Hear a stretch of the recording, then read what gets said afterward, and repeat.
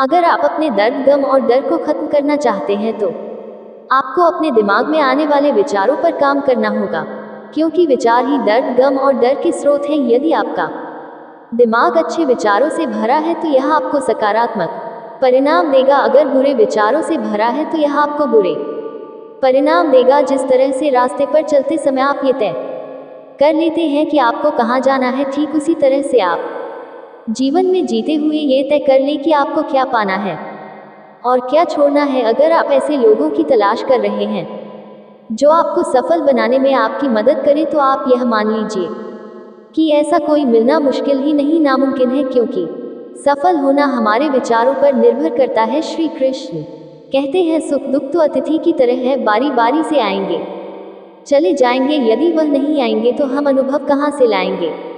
खामोशी से भी कर्म होते मैंने देखा है, पेड़ों को छाव देते हुए। गुस्सा आए तो रुकना सीखो, गलती हो जाए तो झुकना सीखो। रिश्ते कभी अपने आप नहीं टूटते, अहंकार, अज्ञान और बुरा रवैया उन्हें तोड़ देते हैं। ज्ञान के बाद यदि अहंकार का जन्म होता है तो ज्ञान जहर है, किंतु ज्ञान के बाद यदि नम्रता का जन्म होता है तो वही ज्ञान अमृत है। मन की शांति से बढ़कर इस दुनिया में कोई और दौलत नहीं है।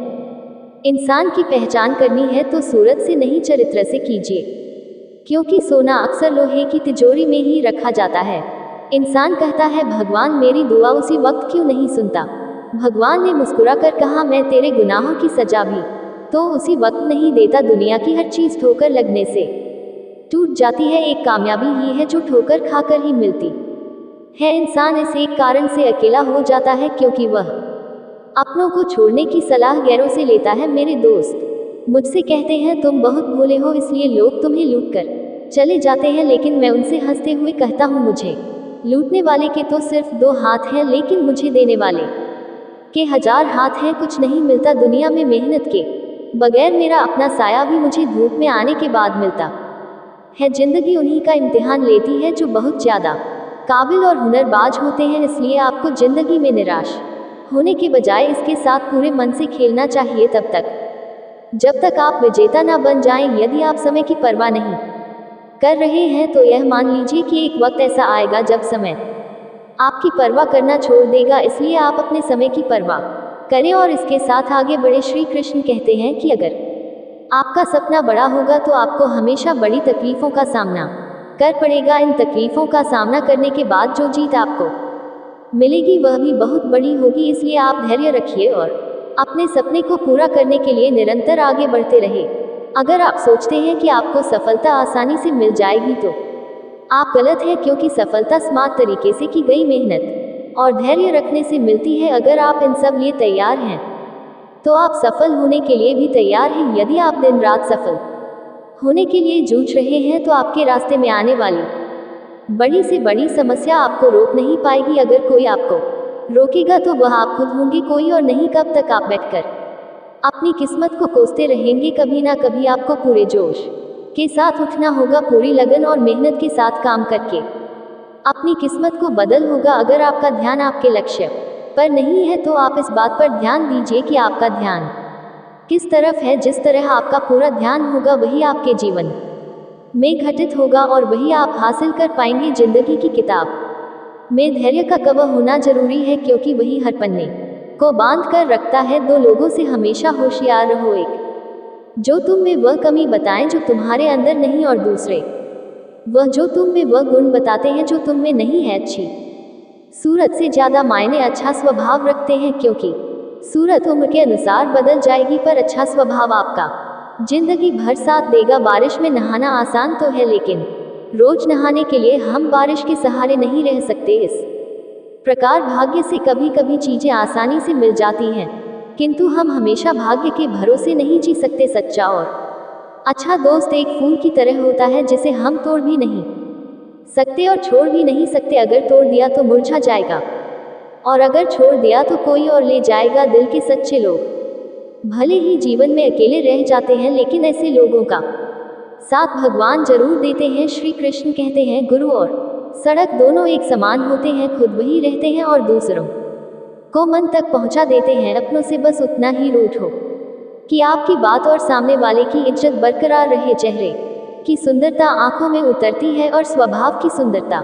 दिल में हम अच्छे थे, अच्छे हैं और अच्छे ही रहेंगे। फिर वह करें जो बोलते कुछ हैं, करते कुछ हैं, दिखते कुछ हैं और होते कुछ और है। अच्छा वक्त सिर्फ उसी का साथ देता है जो कभी किसी का बुरा नहीं सोचते। किसी को इतना भी हक मत दो कि वह फैसला करे कि कब हंसना आपको है और कब आपको रोना है। अपने वह नहीं होते जो तस्वीर में साथ खड़े होते हैं, अपने तो वह होते हैं जो तकलीफ में साथ खड़े होते हैं। श्री कृष्ण कहते हैं कि किसी काम को करने का मन आप में तभी आएगा जब वह काम करेंगे जिसे करने के लिए आपका दिल करे, जिसमें आपका मन लगे और जिसे करने से आपको सुकून मिले। अगर आप वह काम नहीं कर रहे जिसे करने के लिए आप इस धरती पर आए हैं, तो आप एक दिन निराश होकर अपने काम से हार मान लेंगे। इसलिए आप वह काम करिए जिसे करना आपके जीवन का लक्ष्य है और उसे बिना किए आपके जीवन का कोई अर्थ नहीं है। यदि आप में किसी को देखकर काम करने का जुनून आता है तो ये जुनून लंबे समय तक नहीं चलता है, क्योंकि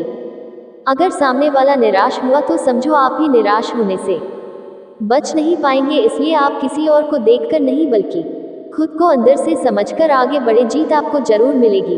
अगर आप जीवन में बड़ी सफलता हासिल करना चाहते हैं तो आपको जीवन में उतार चढ़ाव से गुजरना ही होगा, क्योंकि बिना उतार चढ़ाव की सफलता की कोई परिभाषा नहीं है। यदि आप संयम रखोगे तो इससे मिलने वाला फल आपके जीवन में सुख, शांति और समृद्धि लेकर आएगा, क्योंकि आप जानते हैं संयम का फल मीठा होता है, पर इसे बढ़ने और पकने में एक लंबा समय लगता है। आपके चाहने से यह जल्दी तैयार नहीं होते। जब तक संघर्ष का रास्ता चुनते हैं तो आपको इस राह पर चलकर बहुत दर्द सहना पड़ता है, लेकिन यही दर्द आगे चलकर आपकी ताकत बनकर सामने आता है और आपको जीत दिलाता है। चेहरा चाहे कितना भी सुंदर हो, अगर जुबान कड़वी हो तो लोग मुंह फेर ही लेते हैं, क्योंकि जुबान की सुंदरता चेहरे की सुंदरता से कहीं ज्यादा बढ़कर है। हर सूर्यास्त हमारे जीवन में एक दिन कम कर देता है, लेकिन हर सूर्योदय हमें आशा भरकर एक नया दिन दे जाता है। इसलिए सदैव बेहतर की उम्मीद करें।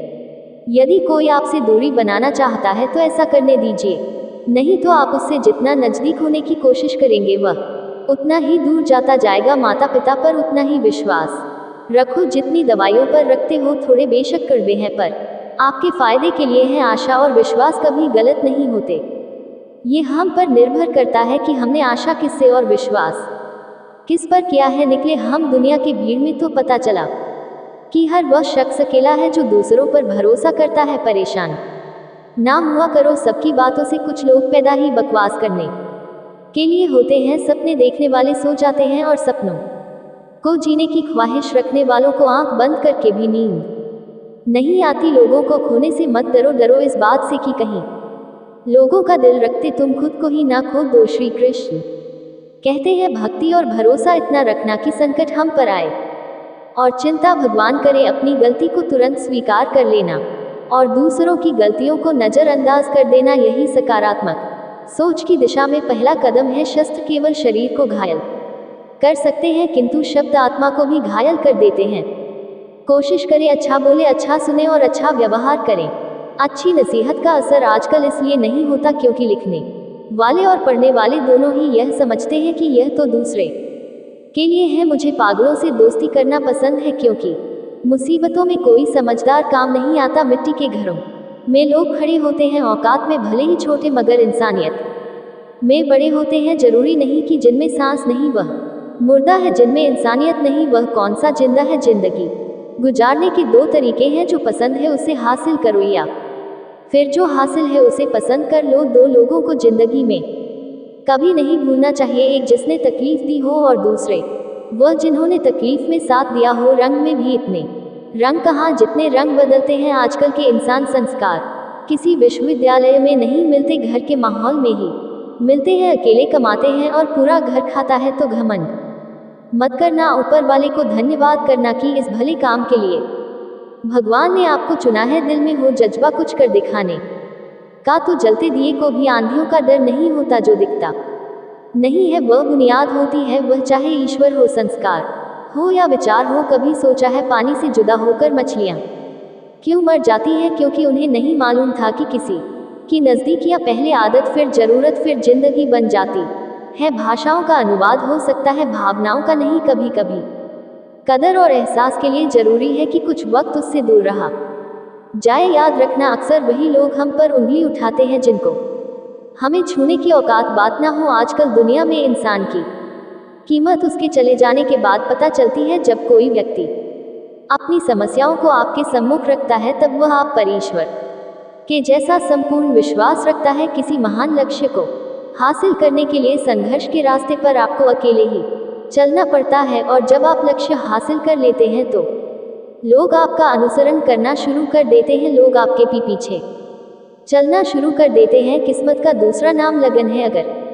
आप अपने काम को पूरी लगन और मेहनत से करते हैं तो आपको कामयाब होने से कोई रोक नहीं सकता। यदि आप में मेहनत करने की लगन नहीं है तो आपको कदम कदम पर रुकावट नजर आएगी। अगर आपको किसी ने छोड़ दिया है तो आप इस गम में अपना दिन और रात मत गुजार देना। गम को भूलकर आगे बढ़ी और खुद को इतना बड़ा बनाए कि आपको छोड़ने वाला आपकी एक झलक पाने के लिए तरस जाए। अगर आप बिना कोई प्रयास किए ये सोचते हैं कि आपका वक्त आज नहीं तो कल बदलेगा तो आप ये लिख लीजिए कि आप मरने के आखिरी पड़ाव पर आ जाएंगे। पर आपका समय नहीं बदलेगा। समय सिर्फ उनका बदलता है जो सिर्फ मेहनत करने पर विश्वास रखते हैं। ईश्वर ने आपको अंदर से लेकर बाहर तक कुछ इस तरह से बनाया है कि अगर आप खुद का सही तरह से इस्तेमाल करना शुरू कर दे तो आप वह बन सकते हैं जो आप बनना चाहते हैं, और वह हासिल कर सकते हैं जो आप करना चाहते। जब आप जिम्मेदारियों से बोझ को अपना कर्तव्य समझकर खुशी खुशी उठाते हैं तो जिम्मेदारियां आपको कुशल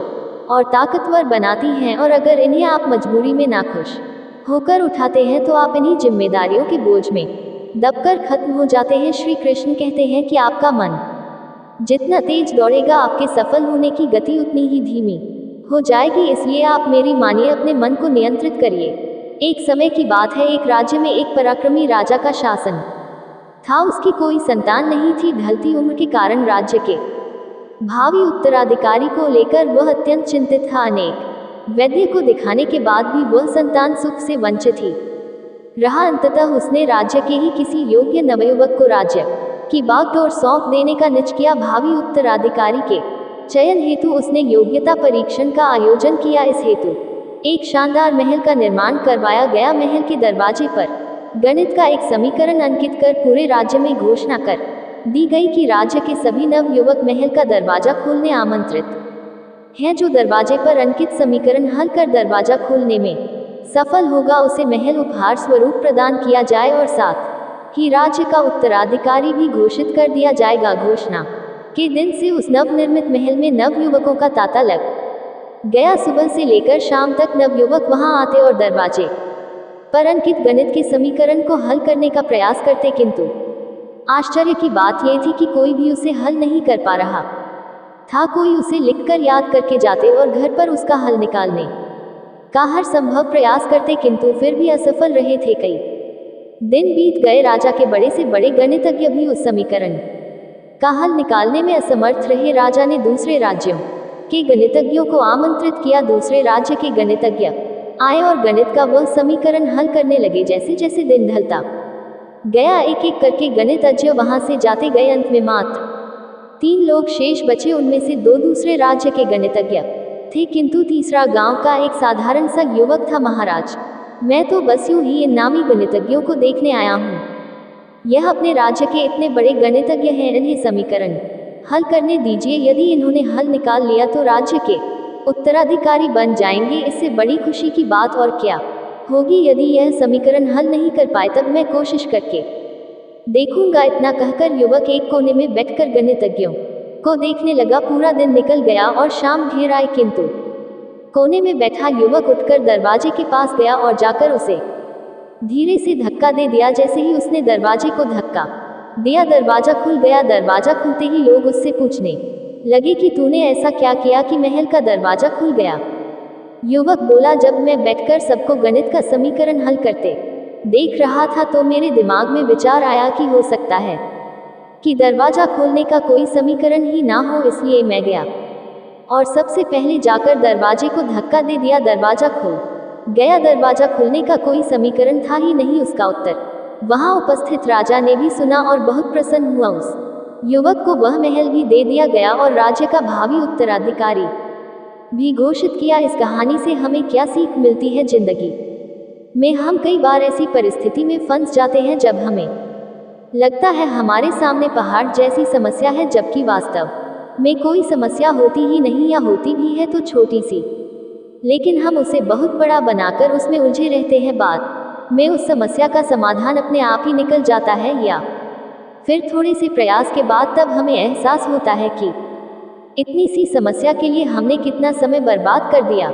समस्या आने पर विचलित ना हो, शांति से सोचिए और फिर समाधान करने का प्रयास कीजिए। श्री कृष्ण कहते हैं कि अगर आप इस धरती पर जन्म ले ही लिए हैं तो फिर जोखिम लेने से क्यों घबरा रहे हैं। आगे बढ़ने को ठान लीजिए। सारी तकलीफें और दर्द आपका मार्गदर्शन करना शुरू कर देंगे, क्योंकि जो कुछ करने को ठान लेता है वह आज नहीं तो कल अपना नाम बना लेता देता है। यदि आप खुद की कमियों को दूर नहीं कर पा रहे हैं तो आप यह मान लीजिए कि आप जितनी तेजी से आगे बढ़ने का प्रयास करेंगे उतनी ही तेजी से आप नीचे भी गिरेंगे। इसलिए जीवन में आगे बढ़ने से पहले अपनी कमियों पर विजय हासिल करिए, क्योंकि कमियों को हराना भी एक सफलता है। यदि आप जीवन में अंधेरे से बाहर निकलना चाहते हैं तो आपको अपने दिमाग में अच्छे विचारों का दीप जलाना होगा, क्योंकि यही वह तरीका है जिसे अपनाकर आप अपने जीवन को अंधकार से दूर कर सकते हैं। अगर आप चाहते हैं कि आप जीवन में कभी निराश ना हो तो आप अपनी कमजोरी किसी को ना बताएं, क्योंकि लोग उस कमजोर दीवार की ईंट ले जाकर अपने घर बनाएंगे। मतलब कि लोग आपकी कमजोरियों का फायदा उठाएंगे। इसलिए आप अपनी कमजोरी को भूलकर साहस के साथ आगे बढ़े, मंजिल जरूर मिलेगी। अगर आप अपने दिल और दिमाग को मैला करना चाहते हैं तो आप अपने दिल और दिमाग को बुरी यादों और बुरे विचारों से भर लीजिए। लेकिन हाँ, मैं आपसे ये भी कहूँगा कि बुरी यादें और बुरे विचारों को दिल और दिमाग में बैठाना आसान है, लेकिन इन्हें दोबारा बाहर निकालना आसान नहीं। इसलिए आप सोच समझकर निर्णय लें ताकि आपका भविष्य सुरक्षित रहे। किसी से प्यार करो तो बेशक करो, बस उम्मीद मत रखो, क्योंकि तकलीफ प्यार करने से नहीं उम्मीद रखने से होती है। लोगों की निंदा से परेशान होकर अपना रास्ता ना बदलना, क्योंकि सफलता शर्म से नहीं साहस से मिलती है। सलाह के 100 शब्दों से ज्यादा अनुभव की एक ठोकर इंसान को बहुत मजबूत बनाती है। सारे वजन उठाकर देखिए, दाल रोटी ही सबसे भारी है। धैर्य रखिए, कभी कभी जीवन में कुछ अच्छा पाने के लिए सबसे बुरे दौर से गुजरना पड़ता। हर इंसान में कोई ना कोई प्रतिभा जरूर होती है, लेकिन लोग अक्सर इसे दूसरी जैसी बनने में नष्ट कर देते हैं। जो बुरा लगे उसे त्याग दो, फिर चाहे वह विचार हो, कर्म हो या मनुष्य। जिंदगी में हम कुछ नया इसलिए भी नहीं कर पाते क्योंकि हमें लगता है कि दूसरे नहीं कर पा रहे तो हम कैसे कर सकते हैं। जिंदगी में कैसा भी मोड़ आए, कभी हिम्मत मत हारना, क्योंकि तुम्हारी हिम्मत ही तुम्हें हर कठिनाई से बाहर निकालेगी। एक बात याद रखना, पूरी दुनिया जीत कर भी अगर अपने माँ बाप का दिल नहीं जीता तो वह हार के समान है। यदि आप सोचते हैं कि आप मेहनत बहुत करते हैं पर आप कहीं पहुंच नहीं पा रहे हैं तो आप सिर्फ एक गलती कर रहे हैं। आप मेहनत बहुत कर रहे हैं पर अपने मन में हार जाने का डर बैठा रखा है, और यह डर आपको जकड़ रखा है। मेरी मानिए, जो मेहनत आप कर रहे हैं उसे पूरी लगन और ईमानदारी से करते हुए अपने आप पर विश्वास रखें और हार के बारे में ना सोचकर सिर्फ जीतने के बारे में सोचें। जिंदगी में आने वाली समस्याओं से हारकर पीछे हटना आपके लिए बहुत आसान है, पर शायद आप यह नहीं जानते कि आप जिन समस्याओं से हारकर पीछे हट रहे हैं वह समस्याएं नहीं, ऊपर वाले की परीक्षा है। अगर आप इस परीक्षा में पास हो जाते हैं तो आपका जीवन सुख, शांति और समृद्धि से भर जाए। कुछ लोग सपने सोकर देखते हैं तो कुछ लोग जागते हुए देखते हैं। जो सोकर सपना देखा उसे आज तक कुछ नहीं मिला, पर जो जागते हुए सपना देखा और अपने सपने को सच करने में पूरी रात लगा दी, किस्मत ने उसकी पूरी जिंदगी बदल दी। खुद पर भरोसा रखो, जो आदमी पूरी लगन और मेहनत से काम किया है वही देर सवेर इस दुनिया में अपना नाम किया है। अगर आप भी नाम कमाना चाहते हैं तो आप भी से दौड़ लगाना शुरू कर दीजिए। मतलब खुद पर भरोसा रख के पूरी लगन और मेहनत के साथ अपने काम को अंजाम दीजिए। समय बताने वाले बहुत हैं पर समय पर काम आने वाले बहुत कम। अपनी किस्मत को दोष कभी मत देना, आप इंसान बनकर पैदा हुए हो, ये किस्मत नहीं तो और क्या है। काश लोग समझ जाएं कि रिश्ते एक दूसरे का ख्याल रखने के लिए बनाए जाते हैं, एक दूसरे का इस्तेमाल करने के लिए नहीं। जो कदर नहीं करते उनके लिए लोग रोते हैं, और जो हर किसी की कदर करते हैं उन्हें लोग अक्सर रुलाते हैं। ये दुनिया वाले भी अजीब है। दुनिया तो आपके राह में पत्थर फेंकेगी, लेकिन यह आपके ऊपर निर्भर करता है कि आप इस पत्थर को कैसे इस्तेमाल करते हो दूसरों पर।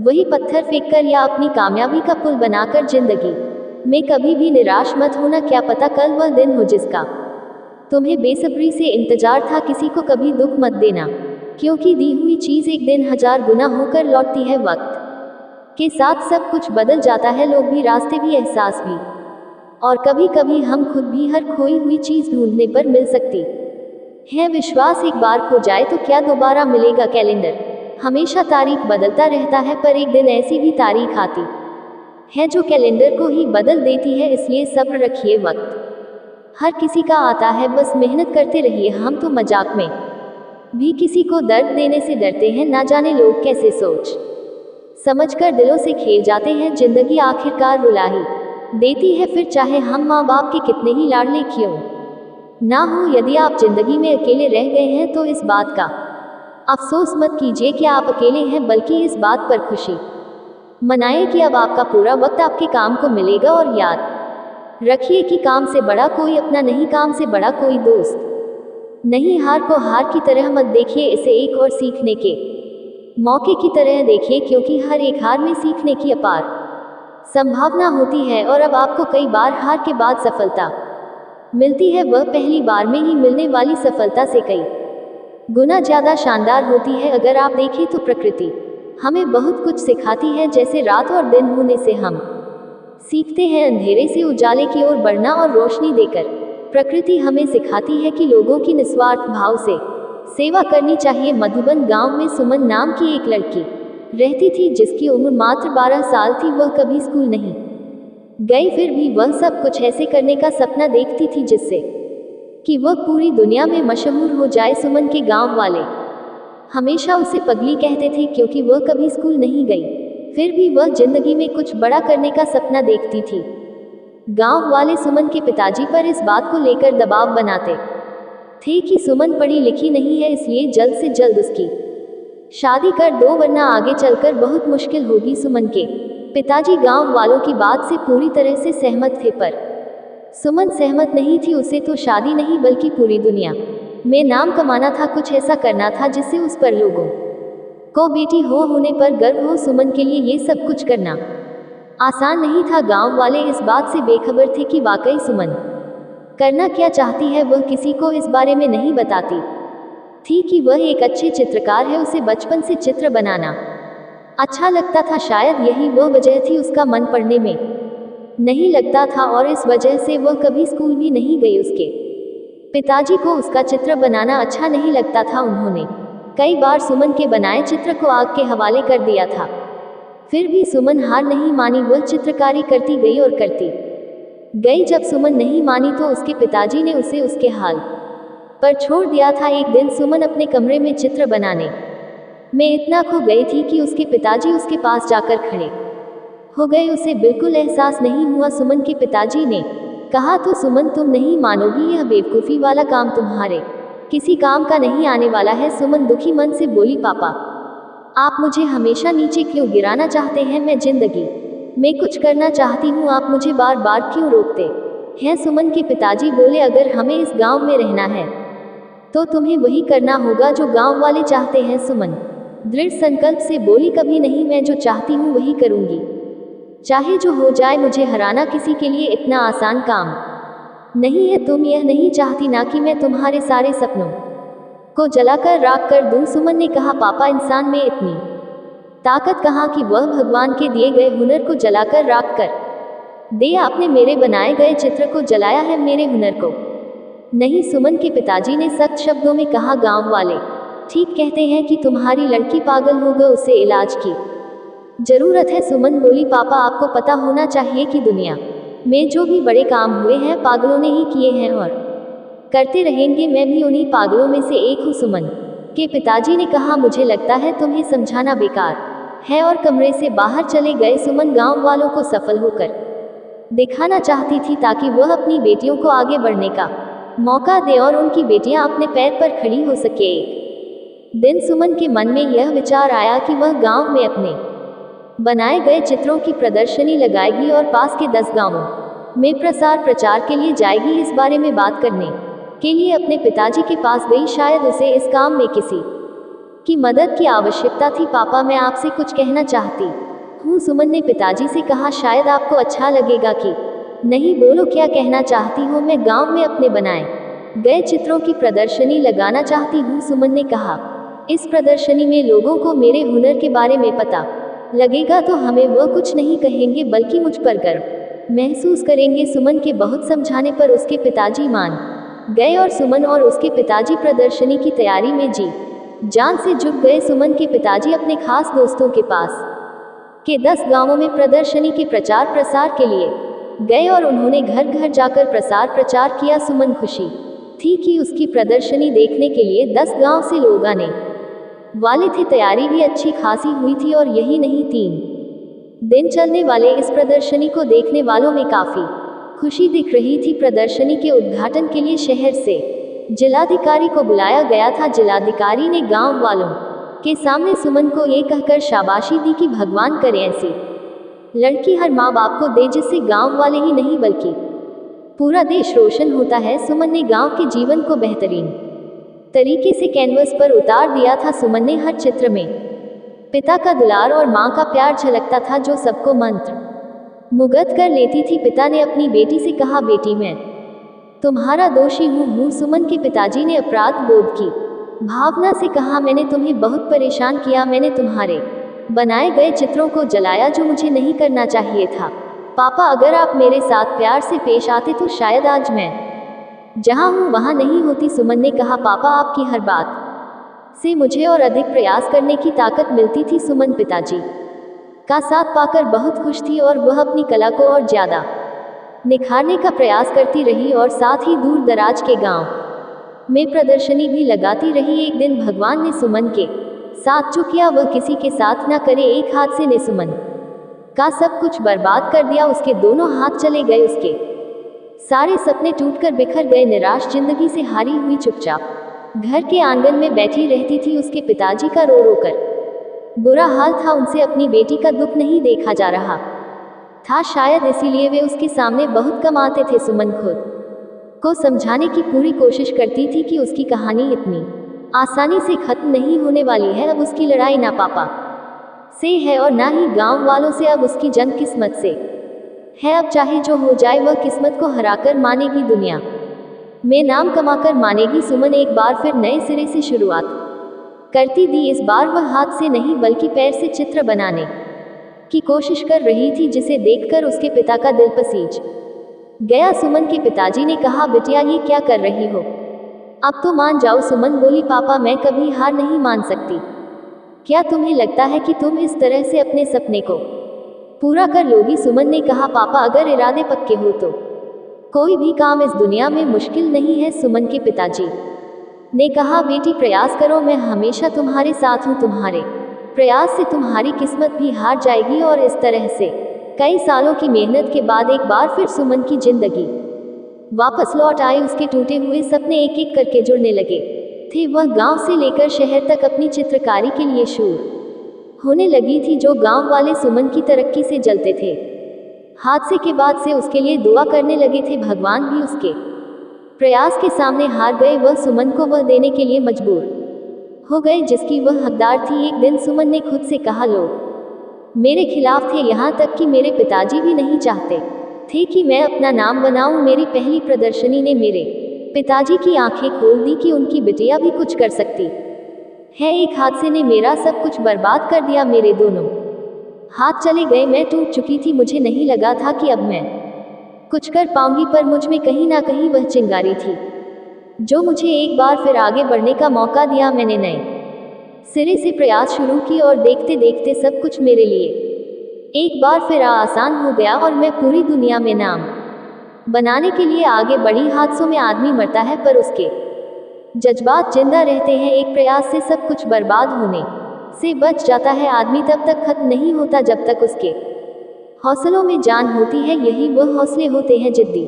बनो तभी लक्ष्य प्राप्त होगा। सच बोलने से हमेशा दिल साफ रहता है, अच्छा करने से हमेशा मन साफ रहता है और मेहनत करने से हमेशा दिमाग साफ रहता है। जीवन एक प्रतिध्वनि है, यहाँ सब कुछ वापस लौटकर आ जाता है। जैसे अच्छा बुरा झूठ, सच और धोखा। अतः दुनिया को आप अच्छा दो, सबसे अच्छा आपके पास लौट कर आएगा। जब लोग किसी को पसंद करते हैं तो उसकी बुराइयां भूल जाते हैं, और जब किसी से नफरत करते हैं तो उसकी अच्छाइयां भूल जाते हैं। इंसान बहुत खुदगर्ज है, पसंद करे तो बुराई नहीं देखता, नफरत करे तो अच्छाई नहीं देखता। शुभ चिंतक सड़कों पर लगे सुंदर लैंप की तरह होते हैं। वे हमारी यात्रा की दूरी को तो कम नहीं कर सकते, लेकिन हमारे पथ को रोशन और यात्रा को आसान करते हैं। बहुत से लोग तभी तक अच्छे रहते हैं जब तक वे सोचते हैं कि दूसरे भी अच्छे हैं। अच्छे लोगों पर लोग उतनी ही जल्दी उंगली उठाते हैं जितनी जल्दी सफ़ेद वस्त्र पर दाग लग जाते हैं। कभी कभी बुरा वक्त आपको कुछ अच्छे लोगों से मिलवाने के लिए आता है। कभी कभी ज़रूरत से ज़्यादा अच्छा होना भी ज़रूरत से ज़्यादा अपमानित करवा देता है। कोई किसी के बारे में सच्चे मन से अच्छा सोच है तो उसका कभी भी बुरा नहीं हो सकता। इसलिए सदा अच्छा सोचो, अच्छा करो और अच्छे रहो। केवल पैसों से आदमी धनवान नहीं होता, असली धनवान वह है जिसके पास अच्छी सोच, अच्छे दोस्त और अच्छे विचार का योग है। जिंदगी में अच्छे लोगों की तलाश करते करते खुद भी और अच्छे बन जाओ, जिससे आपसे मिलकर शायद किसी की तलाश पूरी हो जाए। हम जब किसी का अच्छा कर रहे होते तब हमारे लिए भी कहीं कुछ अच्छा हो रहा होता है। कई बार इंसान बहुत मेहनत कर रहा होता है लेकिन उसे मंजिल नहीं मिल रही होती, और तब लगता है यार सब कुछ छोड़ दूं, कुछ नहीं हो सकता, मुझसे कुछ नहीं हो पाएगा। तब ये स्टोरी हमेशा याद रखना। पुराने समय में एक राजा युद्ध में हार गया था। उसके सभी सैनिक मारे जा चुके थे। राजा किसी तरह अपनी जान बचाकर जंगल में भाग गया। सैनिक उसका पीछा कर रहे थे। वह बचने के लिए एक गुफा में छिप गया। सैनिक राजा को जंगल में खोजते खोजते उस गुफा तक पहुंच गए। गुफा के अंदर राजा को ढूंढा, लेकिन सैनिक उसे ढूंढ नहीं सके। बाहर आकर सैनिकों ने बड़े बड़े पत्थरों से गुफा बंद कर दी। गुफा बहुत गहरी थी अंदर की, और राजा छिपा हुआ था। वह काफी थक चुका था, भूख प्यास की वजह से बेहाल हो रहा था। उसके शरीर में ताकत भी नहीं बची थी। शत्रु के सैनिक गुफा बंद करके वहां से चले गए, तो राजा अंदर बैठा बैठा सोच रहा था कि अब तो उसका जीवन खत्म हो गया, वह गुफा से कभी बाहर नहीं निकल पाएगा। राजा निराश हो चुका था। तभी उसे माँ की एक बात याद आई। उसकी माँ कहती थी कि कुछ तो कर, यूं ही मत मर। यह बात याद आते ही राजा में फिर से ऊर्जा आ गई। उसने सोचा कि कोशिश किए बिना हार नहीं मान चाहिए। राजा ने गुफा के द्वार से पत्थरों को हटाने का काम शुरू कर दिया। कड़ी मेहनत के बाद राजा ने बड़े बड़े पत्थर खिसका दिए। किसी तरह राजा ने बाहर निकलने की थोड़ी सी जगह बना ली थी। राजा गुफा से बाहर निकला और अपने मित्र राजा के पास पहुंच गया। मित्र राजाओं की मदद से उसने शत्रुओं को पराजित कर दिया और अपना राज्य वापस प्राप्त कर लिया। इस कहानी से हमें ये सीख मिलती है कि हमें सफलता मिलने तक हार नहीं मानना चाहिए। जिस पल हम हार मान लेते हैं उसी समय असफल हो जाते हैं। पुराने समय में दो संत एक साथ रहते थे। दोनों की भक्ति का तरीका अलग अलग था। एक संत दिन भर तपस्या और मंत्र जाप करते रहता था, जबकि दूसरा संत रोज सुबह शाम पहले भगवान को भोग लगाता और फिर खुद भोजन करता था। एक दिन दोनों के बीच झगड़ा होने लगा कि बड़ा संत कौन है। इस दौरान वहां नारद मुनि पहुंच गए। नारद ने दोनों संतों से पूछा कि किस बात के लिए लड़ाई कर रहे हैं। संतों ने बताया कि हम ये तय नहीं कर पा रहे हैं कि दोनों में बड़ा संत कौन है। नारद ने कहा कि यह तो छोटी सी बात है, इसका फैसला मैं कल कर दूंगा। अगले दिन नारद मुनि ने मंदिर में दोनों संतों की जगह के पास हीरे की एक एक अंगूठी रख दी। पहले तप करने वाला संत वहां पहुंचा। उसने एक अंगूठी देखी और चुपचाप उसे अपने आसन के नीचे छिपाकर मंत्र जाप करने लगा। कुछ देर में दूसरा संत भगवान को भोग लगाने पहुंचा। उसने भी हीरे अंगूठी देखी, लेकिन उसने अंगूठी की ओर ध्यान नहीं दिया। भगवान को भोग लगाया और खाना खाने लगा। उसने अंगूठी नहीं उठाई। उसके मन में लालच नहीं जागा, क्योंकि उसे भरोसा था कि भगवान रोज उसके लिए खाने की व्यवस्था जरूर करेंगे। कुछ देर बाद वहां नारद जी आ गए। दोनों संतों ने पूछा कि अब आप बताएं कि हम दोनों में बड़ा संत कौन है। नारद ने तपस्या करने वाले संत को खड़े होने के लिए कहा। जैसे ही वह संत खड़ा हुआ तो उसके आसन के नीचे छिपी हुई अंगूठी दिख गई। नारद मुनि ने उससे कहा कि तुम दोनों में भोग लगाकर खाना खाने वाला संत बड़ा है, तपस्या करने वाले संत में चोरी करने की बुरी आदत है। उसने भक्ति के समय में भी चोरी करने से संकोच नहीं किया, जबकि भोग लेने वाले संत ने अंगूठी की ओर ध्यान तक नहीं दिया इस कारण वही संत बड़ा है। इस कहानी से हमें ये सीख मिलती है कि भक्ति तभी सफल होती है जब भक्त के मन में बुरे विचार ना हो, भक्त बुरे काम ना करता हो। जिस भक्त के विचार पवित्र हैं और जो बुरे कामों से दूर रहता है, सिर्फ उसे ही भगवान की कृपा मिलती है। एक बहुत पुराना गांव था। उस गांव के लोग बहुत ही सीधे और सच्चे थे। उसी गांव में दो बहुत ही सच्चे दोस्त रहते थे। वह दोनों बचपन से ही साथ थे और पूरा गांव उनको जानता था। उनमें से एक का नाम था राम और दूसरे का नाम अमन था। राम थोड़ा दुबला पतला था और श्याम अच्छा हट्टा कट्टा था और दोनों में बहुत गहरी मित्रता थी। वैसे तो गांव बहुत अच्छा था, लेकिन उस गांव में पानी की बड़ी समस्या थी। वहां के लोग दूर पहाड़ी से पानी लेकर आते थे, तब जाकर गांव में पानी आता था। एक दिन यूं ही बातें करते करते राम और अमन दोनों गांव से बहुत दूर निकल आए। जब दोनों शाम को गांव वापस लौट रहे थे तो उन्होंने देखा कि कुछ औरतें आपस में झगड़ा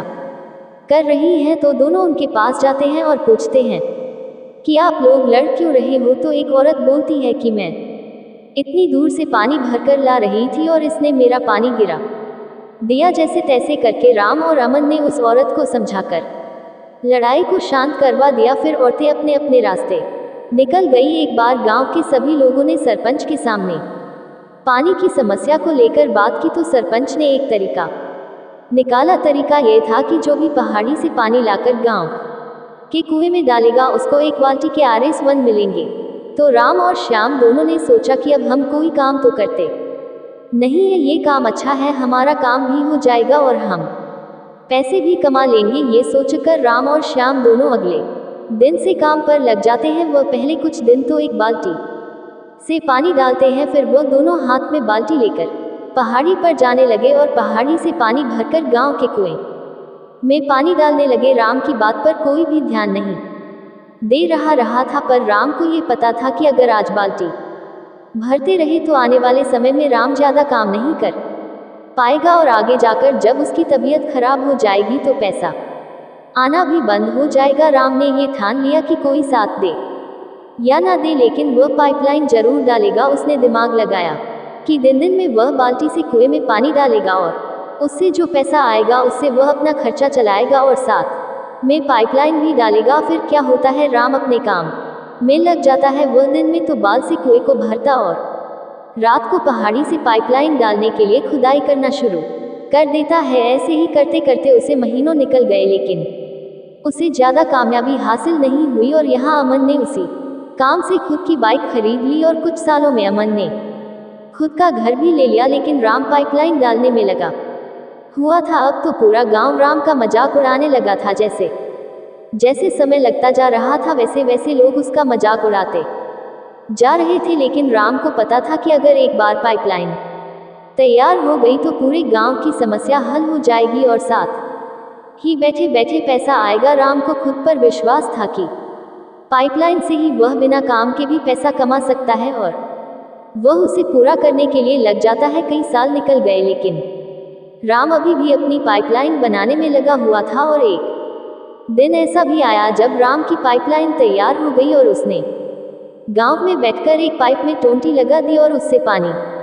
आना शुरू हो गया। पूरा गांव इस चमत्कार को देखकर हैरान हो गया कि यह राम ने क्या कर दिया। इतनी दूर से यह पानी अपने आप कैसे आ रहा है। और फिर सरपंच ने उसका सम्मान किया। लेकिन धीरे धीरे श्याम की तबीयत खराब रहने लगी और उसने बिस्तर पकड़ लिया। लेकिन राम अपने घर से पाइपलाइन चालू करता और गांव वालों से पैसे लेता और घर पर आराम करता। इसीलिए कहा गया है, मजदूर बने रहने से अच्छा है कि अपनी पाइपलाइन बनाओ। आज अगर इस कहानी की बात करें तो ये सिर्फ एक कहानी नहीं है। जिंदगी में सफल व्यक्ति वही है जिसने अपनी पाइपलाइन बनाई है। पाइपलाइन का मतलब है कि काम ना करे तब भी पैसा आना चाहिए। दुनिया आपको गाली दे, परिवार वाले या रिश्तेदार एक कदम सफलता की ओर नीचा दिखाए तो भी अंधे बहरे गूंगे बनकर किसी को जवाब मत दो। सिर्फ ईमानदारी से अपने लक्ष्य की ओर बढ़ते रहो। जिंदगी में रातों की कमी नहीं है। जो एक कदम सफलता की ओर घर से निकल गया हो, भटकते भटकते ही सही, आज नहीं तो कल मंजिल तक पहुंच ही जाएगा। महान सफलता लंबा समय मांगती है। समय आने दो, हम भी बताएंगे कि हम क्या चीज़ है। यहाँ वह कोई किसी से प्यार नहीं करता। अपने सुख अपने स्वार्थ की जब तक पूर्ति होती है। तब तक लोग उसे प्यार कहते हैं जब जरूरत खत्म या मन कहीं और लगने लगता है तो लोग एक दूसरे की कद्र बंद कर देते हैं। प्रेम सिर्फ ईश्वर कर सकते हैं। धोखा बादाम की तरह है, जितना खाओगे उतनी अकल आती है। इंसान की जुबान उसकी अकल का पता बता देती है। इंसान आंखों से अंधा हो तो उसकी बाकी ज्ञानेंद्रियां ज्यादा काम करने लगती हैं, लेकिन अकल के अंधों की कोई भी ज्ञानेंद्र काम नहीं करती। कड़े से छाना हुआ पानी स्वास्थ्य को ठीक रखता है और विवेक से छानी हुई वाणी संबंध को ठीक रखती है। विवेक जीवन का नमक और कल्पना उसकी मिठास है। एक उसको सुरक्षित रखता है और दूसरा उसे मधुर बनाता है। विवेकशील व्यक्ति कीचड़ में पड़े रत्न को भी ग्रहण कर लेते हैं। विवेकशील इंसान वे नहीं जो बीते हुए कल की अपनी उपलब्धियों पर अभिमान करते हैं, अपितु वे हैं जो आने वाले कल की अपनी जिम्मेदारियों के प्रतिबद्ध है। गुणों के सहारे ही व्यक्ति सफल हो पाता है, मगर विनय और विवेक साथ हो तो शिखर छू जाता है। आंख के अंधे को दुनिया नहीं दिखती, काम के अंधे को विवेक नहीं दिखता, मत के अंधे को अपने से श्रेष्ठ नहीं दिखता और स्वार्थी को कहीं भी दोष नहीं दिखता। आत्मा के लिए विवेक उतना ही महत्वपूर्ण है जितना शरीर के लिए स्वास्थ्य। सराहना दिल से, हस्तक्षेप दिमाग से और समीक्षा विवेक से करने में ही समझदारी है, अन्यथा मौन ही उत्तम है। इस वक्त कोई नहीं जानता कि आप कौन हैं और यह अच्छी बात गुमनाम रहना सबसे बेहतरीन स्थिति में रहना है। इस बात पर खुश हो कि आप छाया में हैं। इस समय का इस्तेमाल गलतियां करने में करें जिनके बारे में पूरे संसार को पता नहीं चल पाएगा। सुधार करते रहे, काम करते रहे, नए विचारों का परीक्षण करते रहे, नई चीजें करते रहे। कोई आपको नहीं जानता, इसलिए अगर आप गड़बड़ कर देते हैं तो कोई बड़ी बात नहीं है। गुमनामी आपके अहंकार की रक्षा करती है और आपके आत्मविश्वास को सुरक्षित रखती है ताकि उन्हें सीधे सबसे कठोर आलोचकों का सामना न करना पड़े। क्या आप चाहेंगे कि जब आप कोई चीज पहली बार करें तो पूरा संसार आपको देखे? अगर आपने कभी भाषण नहीं दिया है तो आप क्या चाहेंगे? 10,000 लोगों के सामने अपना पहला भाषण देना या 10 लोगों के सामने भाषण देना? आप नहीं चाहते कि हर कोई आपको अपना व्यवसाय शुरू करता देखे। बिना किसी को बताए पैसे कमाओ, बिना किसी को बताए पार्टनर ढूंढो, बिना किसी को बताए खुश रहो, बिना किसी को बताए हमेशा सीखते रहो। रगड़ कर मेहनत करो, सक्सेस को इमेजिन करो, गलतियों से सीखो, ईमानदारी से काम करो, दूसरों की कॉपी ना करो। अपनी जिंदगी से अंधेरा मिटाना है तो कदम भी खुद के ही उठाने पड़ेंगे। अगर नाम खुद का बनाना है तो अंदाज भी सबसे अलग दिखाना पड़ेगा। कभी सोचने से नहीं मिल जाता कुछ भी, थोड़े से पंख तो अपने हौसले के भी खोलने पड़ेंगे। बिना मेहनत के कुछ नहीं मिलता यहाँ किसी को। थोड़ी हिम्मत, थोड़ी मेहनत तो खुद ही आजमानी पड़ेगी। दुनिया में ध्यान लगाना नहीं, ध्यान हटाने की कला का नाम अध्यात्म है। इंसान के मन की एक खास प्रवृत्ति है कि उसे जहाँ भी थोड़ा रस या आनंद मिलता है वही रम जाता है। वह चाहे स्त्री हो, चाहे पैसा हो, चाहे नशा हो या धर्म हो या समाज हो, वह उसी को पकड़कर बैठ जाता है और उसकी पकड़ जितनी मजबूत होती जाती है वह उतना ही उसमें उलझता जाता है और इसी उलझन को सुझाने का नाम है मौन। किसी ने संत से पूछा, आपने लक्ष्य कैसे हासिल किया? संत बोले, मैंने हर वह चीज कुर्बान की जो लक्ष्य के बीच रही थी। अपने शरीर तक को मैं नष्ट करने को तैयार हो गया था। बिना लक्ष्य की प्राप्ति किए मुझे अपना जीवन भी स्वीकार नहीं था। जिद्दी बनो तभी लक्ष्य प्राप्त होगा, जिससे सपनों को पहचान मिलती है। तो दोस्तों, यह वीडियो आपको बहुत अच्छी लगी होगी और आप लोगों ने इससे बहुत कुछ सीखा भी होगा। मिलते हैं आप लोगों से एक नए वीडियो के माध्यम से, तब तक के लिए आप सभी दर्शकों का बहुत बहुत धन्यवाद। जय श्री कृष्ण।